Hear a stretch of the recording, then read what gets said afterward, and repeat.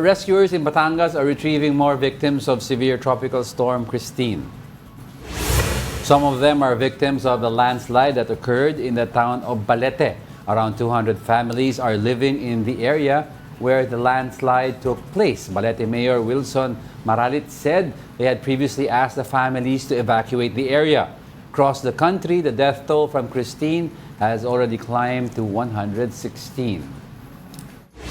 Actually, meron na nga tayong hinanda sa kanilang babahay. Talaga lang ayaw pa nilang, ayaw nilang iwanan ng lugar. Dahil naghahanap buhay sila doon. Nakakapangmuli sila ng mga iyungin, tawilis, na nandun ang kabuhayan talaga. Now let's get updates on the relief operations of the government. We have DSWD Assistant Secretary Irene Domlao joining us via Zoom. Good morning po sa inyo. Asek. I supported and coordinated closely. Ay, sorry po. Hi Asek, good morning. Thanks for joining us again. Hi, thank you. Thank you for having us. Good morning. Of course, hingi lang po kami ng datos po no, dyan sa DSWD. Gaano po karami yung mga nasalanta na natulungan na po ng DSWD? Well, of course, nais muna nating bagitin na the total humanitarian assistance extended by the DSWD has reached more than yung lang yung family food packs, non-food items, right. and financial assistance under the Assistance to Individuals in Crisis Situation.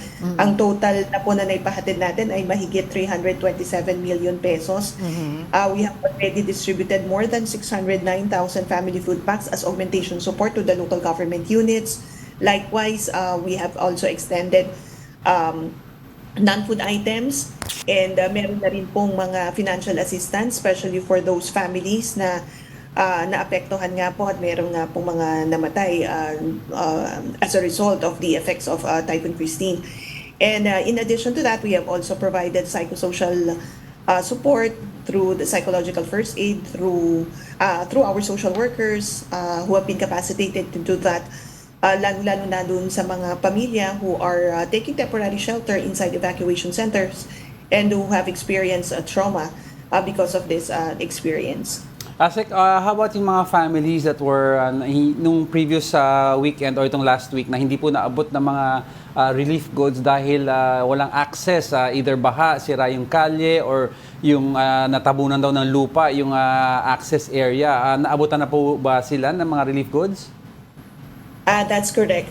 In fact, when we were in Naga last week, let me just cite as an example yung pong mga strategies ng mga local government units. So once the LGUs received the food packs from the DSWD or na-pick up na nila mula sa mga regional warehouses nila, the local government units come up with various strategies to distribute yung pong mga food packs even in flood affected areas. So gumagamit sila ng mga rubber boat, ng mga trucks, and hina-house to house yung distribution. This is to ensure that the needs talaga of the disaster affected families are addressed, which in particular, of course, is yung pagkain.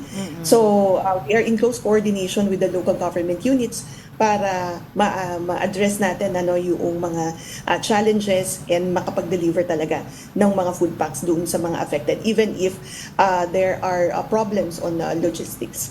Oo nga po pero sinasabi nga po ni PBBM walang problema dun sa ipamimigay Yung problema dun yung accessibility, 'di ba? Paano nila ibibigay yung mga relief goods doon sa mga nasalanta. Pero ma'am, Asek, tanong ko rin po paano po ba yung proseso ng pamimigay bukod po doon sa coordination with LGU? Kasi may mga previous reports po or yung mga kwento-kwento from experiences po ng mga previous bagyo. Yung mga listahan daw po ng mga bibigyan ng ayuda, minsan ang pinaprioritize lang yung voters. Well, of course, ang Department of Social Welfare and Development, we provide augmentation support to the local government units. Right. And before we release the food packs or non-food items to the LGUs, tinitingnan natin yung kanilang disaster report. Naka-attach din po doon sa kanilang request yung list of beneficiaries na makakatanggap ng tulong. So the DSWD, through our field offices, validate the reports that are submitted to us. Right. In that manner, makakatiyak po tayo na yung mabibigyan talaga o makakatanggap ng tulong are those that are affected by the typhoon. And of course, tayo naman sa DSWD, gusto talaga natin, no, mabahaginan natin lahat ng tulong, following of course the principle of, of social protection na inclusivity.